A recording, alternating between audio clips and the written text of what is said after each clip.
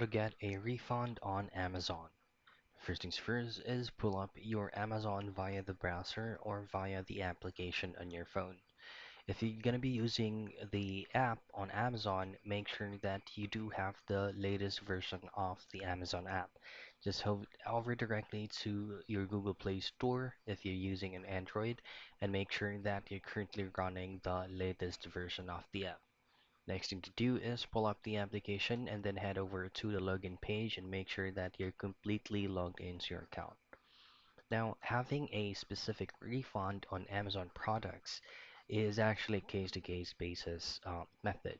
So, say for example, you have received the parcel or the item, and then you found out that the item that you ordered is actually has a defect or an issue. So what you want to do first is to process a refund request on that specific product. So the one that is going to be applicable is to take pictures with it, the damaged part of the product, and then upload them via the Amazon app. Now, once you have uploaded it, the Amazon customer support will be the ones to check if this is going to be a legitimate refund or the process for you to have the fund back. And that's it. That's how you process or get a refund on Amazon.